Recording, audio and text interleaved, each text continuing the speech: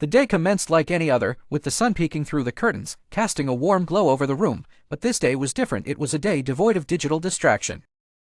Sarah, a tech-savvy young woman who often found herself lost in the throes of social media and constant notifications, had set a challenge: a full 24 hours without her mobile phone.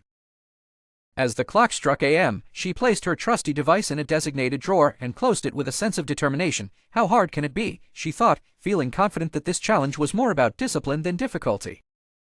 The first hour whizzed by as she busied herself with breakfast, enjoying the flavors of her meal without the interruption of flashing screens. However, as the morning light grew brighter, so did her longing to reach for her phone.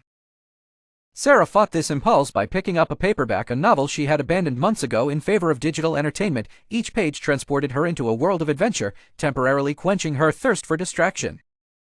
By mid-morning, the itch to check her messages had grown more persistent. Sarah decided to combat this by engaging in reflection. She sat in her small, cosily decorated living room, journal in hand, and began to write.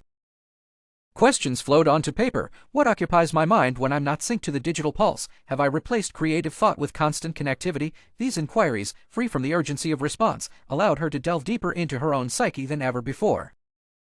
As noon approached, Sarah felt a sense of accomplishment. She prepared lunch with more focus than usual, savoring each ingredient's texture and aroma. Lunchtime was usually accompanied by scrolling, but today, she gardened in her tiny balcony, the earth grounding her with each touch. The physical exertion and connection with nature rejuvenated her spirits, wiping away any lingering desire to check her notifications.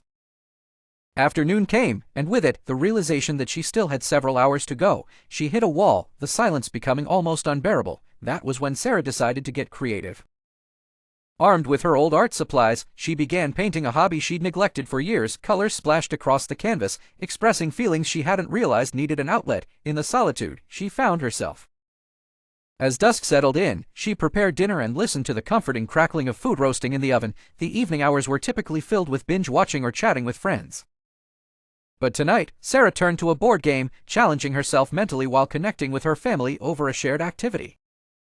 It was refreshing, reminding her of simpler times when conversations weren't fragmented by text alerts. When night fell, sitting by the window, she reflected on a day well spent.